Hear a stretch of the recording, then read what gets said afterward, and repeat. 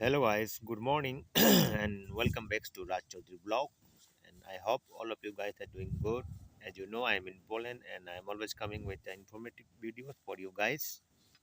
So today हम लोग discuss करेंगे कि why visa rejection, वीजा क्यों रिजेक्ट होता है and what is the cause for the visa rejection के पीछे कारण क्या है।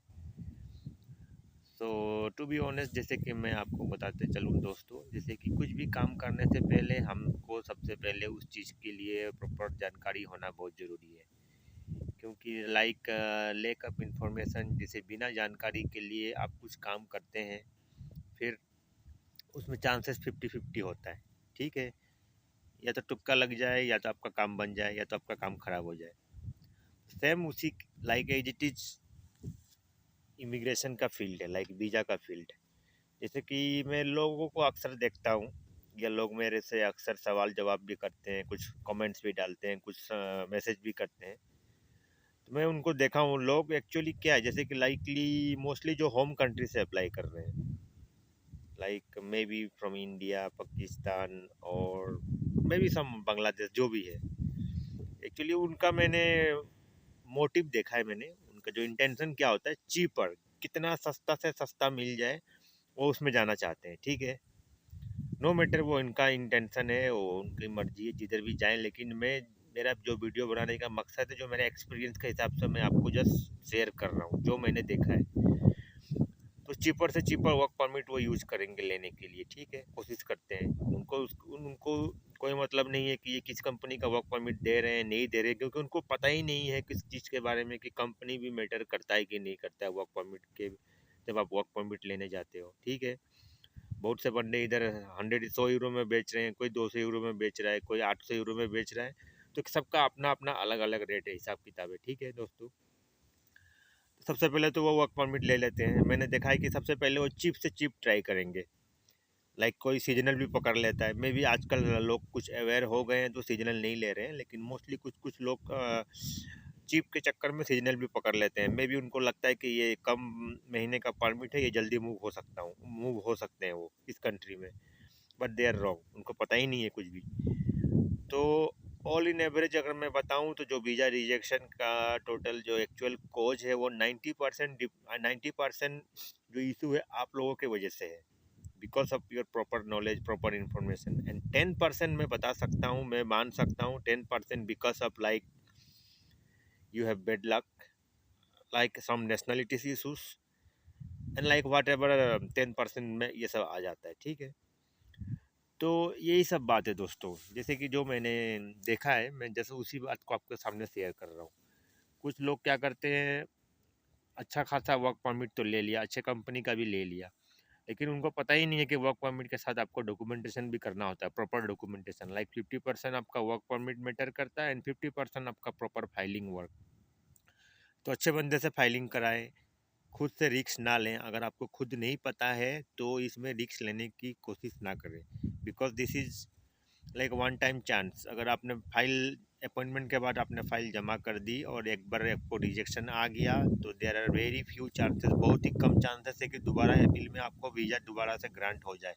बहुत ही कम केसेस में होता है। मोस्टली ज़्यादातर केसेस में वीज़ा ग्रांट नहीं होता सेकेंडरी अपील में। तो इसीलिए वो मैंने उनको देखा है, अच्छे कंपनी का परमिट तो ले लेंगे, लेकिन डॉक्यूमेंटेशन का पता ही नहीं है, उनको चेक लिस्ट का नहीं पता है, किस तरह से डॉक्यूमेंटेशन प्रॉपर फाइलिंग करनी है वो नहीं पता है। बस ले जाके एम्बेसी में, जैसे कि बुक्स होता है, बुक्स रख देते हैं हम टेबल पे पढ़ने के लिए, उसी हिसाब से उनको पता ही नहीं है, ले जाके वहाँ एम्बेसी वाले को सबमिट कर देंगे। वो थोड़ी आपको बोलने जाएंगे कि ये गलत है, ये ख़राब है। उनके पास इतना टाइम नहीं है आपको गाइड करने के लिए। वो नॉर्मली एक दो बार देखेंगे आपका ऊपर से नीचे तक डॉक्यूमेंट, उनको आपको देख के ही समझ में आ जाता है। लेकिन कोई बात नहीं, वो उनका ड्यूटी है, आपका ड्यूटी है, आपने दिया, उनका ड्यूटी है, आपसे लिया उन्होंने फाइल सबमिशन, उन्होंने अपना फीस लिया, आपने अपना डॉक्यूमेंट सबमिट किया। उसके बाद वो डिसीजन के लिए 14 days 15 days, is depend on the country, country के ऊपर डिपेंड है, जैसे कि कहाँ से फाइलिंग करवा रहे हैं। अबू धाबी दुबई से मैंने किया था, तो 14 डेज के बाद आपको वो पासपोर्ट कलेक्शन के लिए बुलाते हैं, जिसमें आपको पासपोर्ट जमा हो जाता है डॉक्यूमेंटेशन सबमिशन के समय। तो वही चीज़ है दोस्तों। तो मैं जो मैंने देखा, जो मैंने फ़ील किया, लोग तो अपने आप पर ब्लेम कभी नहीं लगाते कि मेरे वजह से वीज़ा रिजेक्शन हो गया, मैंने ये डॉक्यूमेंटेशन गलत कर दिया, मैंने ये गलत इंश्योरेंस लगा दिया, है ना?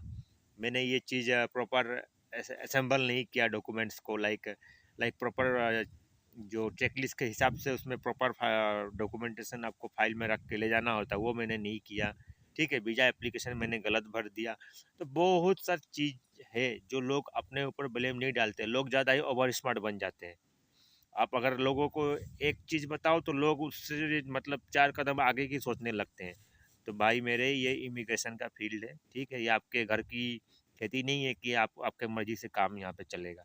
ये यहाँ पे काम चलता है एम्बेसी के रूल्स के हिसाब से, ठीक है? तो अगर आप rules, terms and conditions follow करोगे आप, तो चांसेस है आपका 90% कि आपका वीज़ा लग जाए। 10% मैं इसलिए नहीं बोल रहा हूँ क्योंकि 10% में आपका लक भी डिपेंड करता है। 10% में आपका नेशनलिटी इशू भी है थोड़ा बहुत, जो आजकल हो रहा है, ठीक है?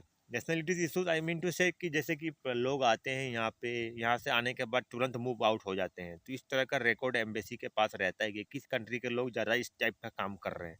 इसके वजह से वो फिर धीरे धीरे क्या है तो होता है, प्रॉब्लम क्रिएट होना शुरू हो जाती है उन लोगों के लिए, उन कंट्रीज, उन नेशनलिटीज़ के लिए जो इस तरह से काम कर रहे हैं। तो मेरा सबसे यही रिक्वेस्ट है कि आप लोग जो भी आ रहे हैं, जो भी फाइलिंग कर रहे हैं, जो भी अपना काम करवाने की आगे सोच रहे हैं, तो प्रॉपर इन्फॉर्मेशन लीजिए, ठीक है? सस्ता सस्ते के चक्कर में मत जाइए, वरना आप बार बार रोइएगा, वही बात है। बाकी आपका पैसा है, आपका टाइम है, आपका मर्जी, आपने जो करना आप कीजिए।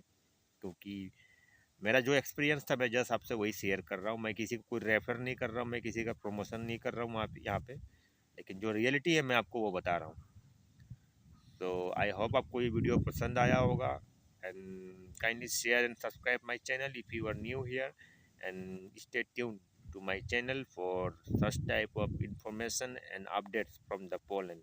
Like, I'm giving all the updates from the root level because I am now working in Poland and मुझे पता है यहाँ पे क्या चल रहा है, क्या नहीं चल रहा है। So it's up to you, like this world is like a super market. ठीक है दोस्तों, ये सुपर मार्केट है एक। कौन सा प्रोडक्ट आपने चूज करना है, कौन सा प्रोडक्ट आपने पिक करना है, वो आपके ऊपर डिपेंड करता है। सो आई होप आपको ये वीडियो पसंद आया होगा। Thank you so much.